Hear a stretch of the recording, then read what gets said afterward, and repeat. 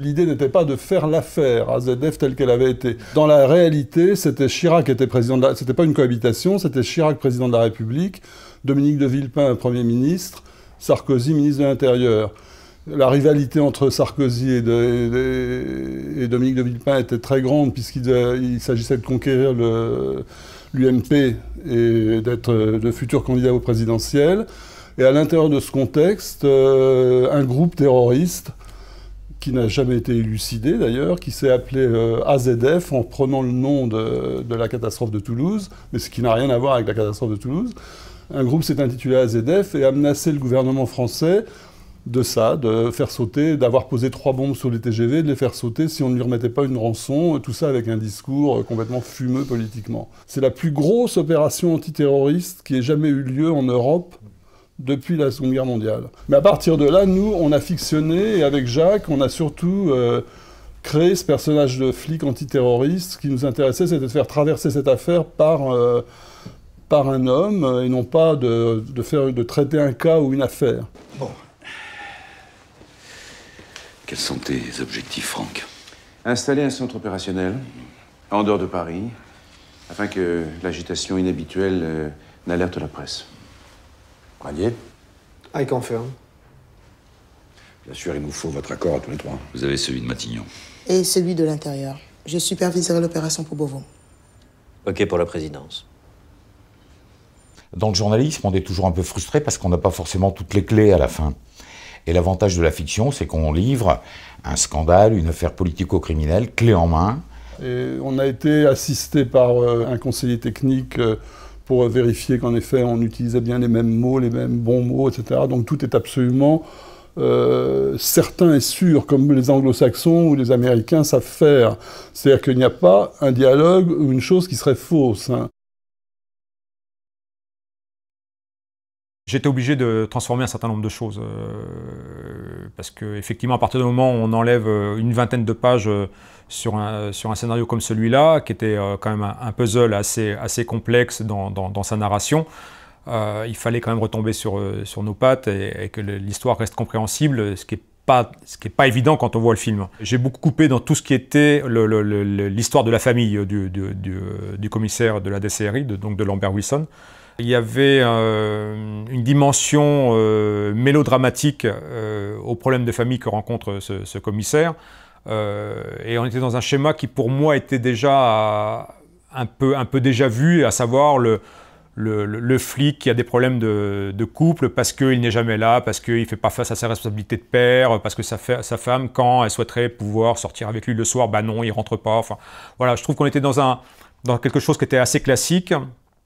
Et du coup, je me suis dit que c'était peut-être pas une mauvaise chose de prendre un peu le contre-pied de ça. Et au contraire, mon choix, ça a été de raconter un couple qui arrivait à la fin de son histoire. Et pas un couple qui se délitait parce que le mari était jamais là.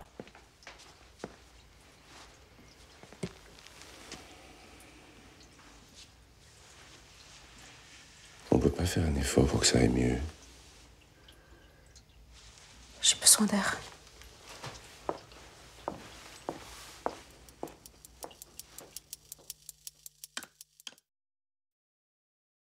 J'essaie d'aller vers des gens qui m'attirent et que j'ai envie de mettre en scène, bien évidemment. Alors, il se trouve que Lambert, je connaissais Lambert depuis déjà un certain temps. On avait fait un film de René ensemble, on avait fait Palais Royal. Je savais qu'il était atypique pour un rôle comme celui-là, beaucoup moins attendu que d'autres noms qu'on a pu me suggérer. Voilà, j'avais fait 2 films avec Eric où il jouait ce qu'on peut qualifier de gentil. Un personnage qui était censé être un gentil. Quand j'ai fait Le Chant des Sirènes, ça faisait très longtemps que je me disais que voilà, j'avais envie de voir Éric Caravaca jouer un salaud. D'essayer d'aller dans des anti-clichés et de proposer aux gens pas nécessairement ce qu'ils ont l'habitude de faire, quoi. Et voilà, ou d'aller chercher Anne Lenny, qui fait plutôt des comédies habituellement, et de lui faire jouer un Premier ministre. Et je trouve qu'elle est parfaitement crédible en Premier ministre. François.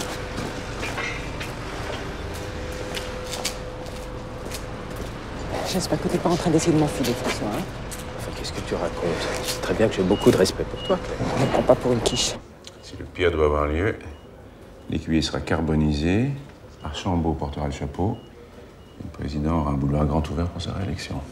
On délire, là. Jamais le président n'oserait monter un coup aussi tordu.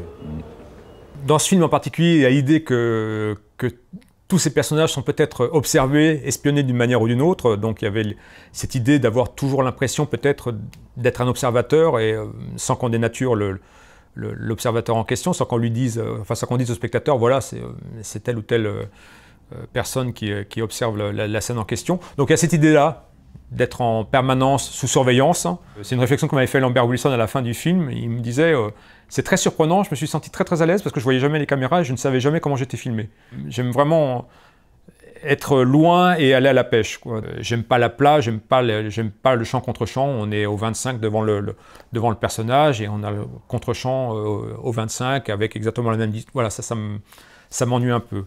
J'aime bien avoir du relief dans l'image, un premier plan, un deuxième plan, un troisième plan, des amorces très floues, un arrière-plan très très flou aussi.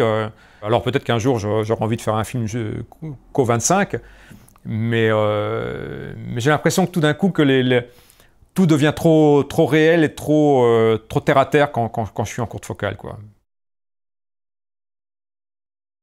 L'envie de se démarquer au maximum de l'empreinte téléfilm, quoi. D'avoir un vrai écran large, de pouvoir vraiment jouer. C'est la même histoire, ces amorces, on en profite beaucoup plus. Je trouve que les visages sont plus beaux filmés en scope. Je trouve qu'on profite plus des décors. Je trouve qu'on ne découpe pas de la même manière en scope.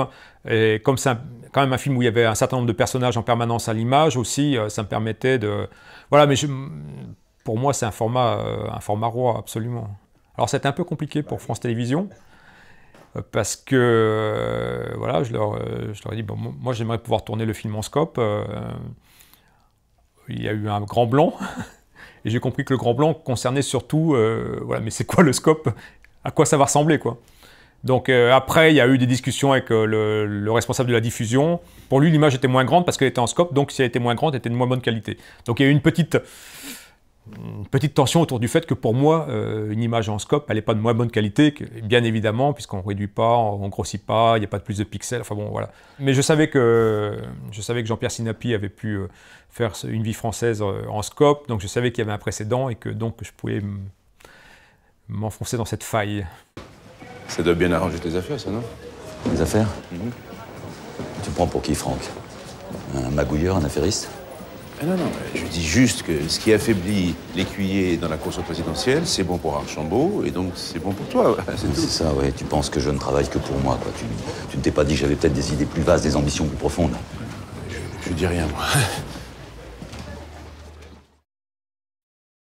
Il n'y avait pas d'avantage particulier, si ce n'est qu'un avantage de production. En termes de budget, un figurant tchèque coûte 40 € par jour. C'est moitié moins, voire encore plus que ça, qu'un figurant français. L'équipe technique, elle est à 40% moins chère qu'une équipe française. Enfin, je veux dire, il n'y a aucun secret sur les raisons qui font que les producteurs vont tourner parfois dans les pays de l'Est. Je pense que sur le papier, le film est devenu beaucoup plus faisable et avec des moyens beaucoup plus riches en allant tourner là-bas. Voilà, mais ce qui aurait été génial, c'est qu'on nous donne suffisamment d'argent pour le tourner ici.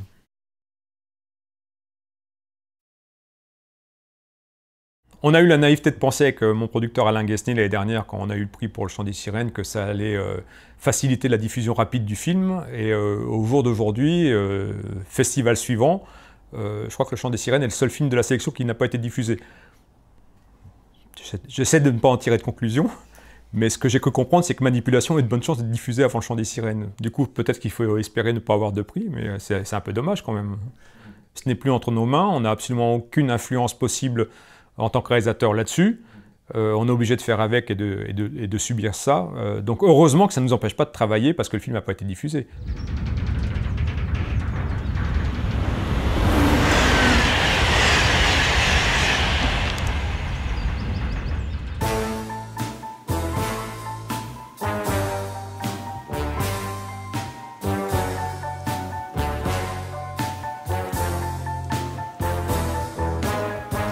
So long I struggle to keep up the stream.